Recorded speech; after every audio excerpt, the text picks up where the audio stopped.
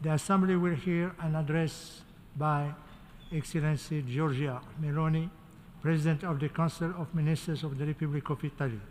I request the protocol to escort Her Excellency.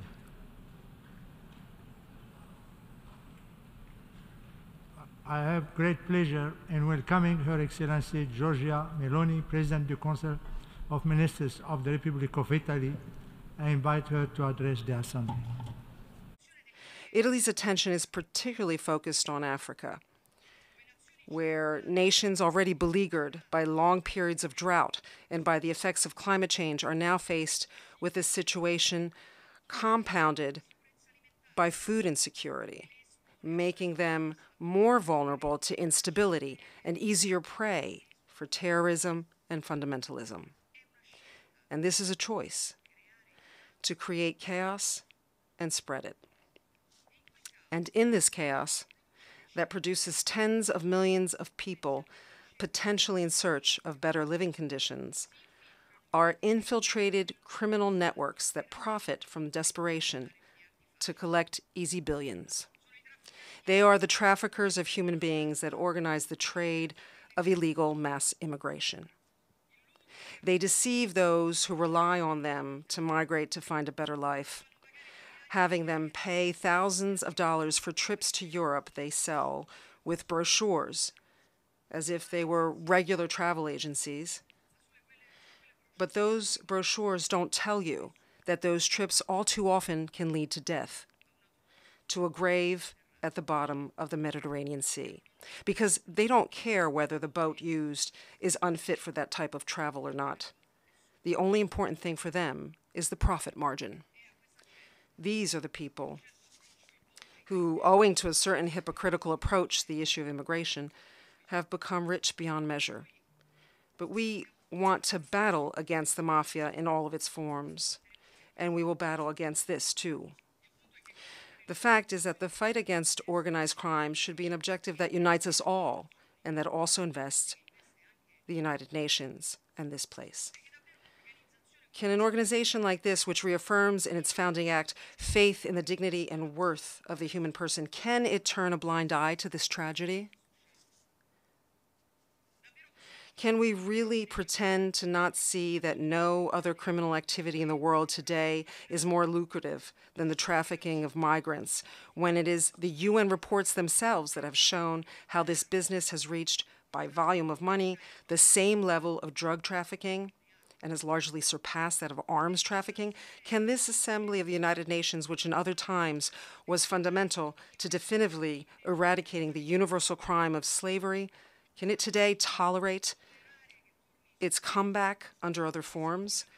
That the commercialization of human life continue, that there are women brought to Europe, forced into prostitution to repay the enormous debt they incur with their traffickers, or that there are men thrust into the hands of organized crime? Can we really say that this is solidarity, to receive as a priority not those who truly are entitled and have need, but those who can afford to pay these traffickers, to allow these criminals to establish who has the right to be saved and who doesn't? I don't think so. I believe it is the duty of this organization to reject any hypocritical approach to this issue and wage a global war without mercy against traffickers of human beings. And to do so, we need to work together at every level. Italy plans to be on the front line on this issue.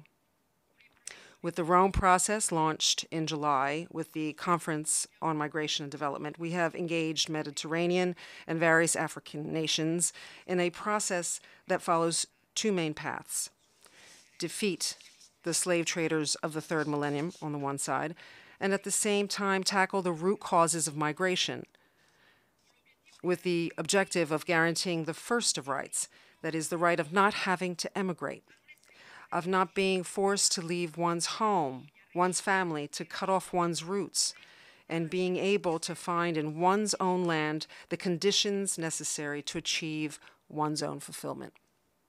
Here, too, we must have the courage to tell it like it is. Africa is not a poor continent. To the contrary, it is rich with strategic resources. It holds half of the world's minerals, including abundant rare earths, and 60% of arable lands that are often not utilized. Africa is not a poor continent, but it has been often, and still is, an exploited continent. Too often, the interventions of foreign nations on the continent have not respected local realities. Often, the approach was predatory, and in spite of this fact, even paternalistic. We must change course. Italy wants to contribute to the construction of a model of cooperation capable of collaborating with African nations so they may grow and prosper from the great resources they possess. A cooperation from equal to equal, because Africa needs no charity, but to be put in the condition to compete on an equal footing on strategic investments that can tie our futures together with mutually beneficial projects. In this way, we can offer a serious alternative to the phenomenon of mass migration, an alternative that is work, training, opportunities for nations of origin, and pathways for legal and agreed migration, and thus integratable. We will be the first to set a good example through the Mattei Plan for Africa, a development cooperation plan named after Enrico Mattei, a great Italian who knew how to balance Italy's national interests with the rights of partner states to witness their own moment of development and progress. The focal point is that we have to have the courage to put humankind and human rights back at the center of our action. It seems like a self-evident principle, but, however, it is no longer the case. Not now. Countries are invaded. Wealth is more and more concentrated. Poverty is rampant. The slave trade is reemerging. All this seems poised to put the sacredness of the human being at risk. Even what would seem, at a superficial glance, a tool that could improve the well-being of humanity, at a closer look, can turn out to be a risk. Just think of artificial intelligence. The applications of this new technology may offer great opportunities in many fields, but we cannot pretend to not understand its enormous inherent risks. I'm not sure if we are adequately aware of the implications of technological development whose pace is much faster than our capacity to manage its effects. We were used to progress that aimed to optimize human capacities, while today we are dealing with progress that risks replacing human capacities. Because if in the past this replacement focused on physical tasks so that humans could dedicate themselves to intellectual and organizational work, today the human intellect risks being replaced with consequences that could be devastating, particularly for the job market. More and more people will no longer be necessary in a world ever dominated by disparities, by the concentration of power and wealth in the hands of the few. This is not the world we want. And so I think we should not mistake this dominion for a free zone without rules. We need global governance mechanisms that ensure that these technologies respect ethical boundaries, that technological evolution is put to the service of humanity and not vice versa. We must guarantee the practical application of the concept of algorithmics, that is, ethics for algorithms. There are some of the major themes that Italy plans to put at the center of the G7 in 2024. But these are mainly issues that are the responsibility of the United Nations. These are enormous challenges that we will not be able to tackle if we do not also acknowledge our limitations as nations and as part of the multilateral system. For this reason, Italy supports the need for a reform of the Security Council that will make it more representative, transparent, and effective.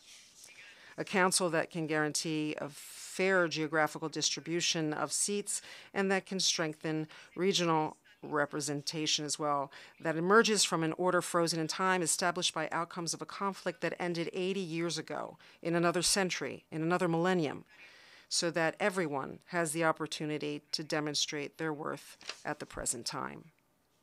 On these and many other issues, we will be tested in our capacities to govern our times and in our ability to do what here in this Assembly Hall on the 2nd of October, 1979, a great man, a saint and statesman like Pope John Paul II recalled.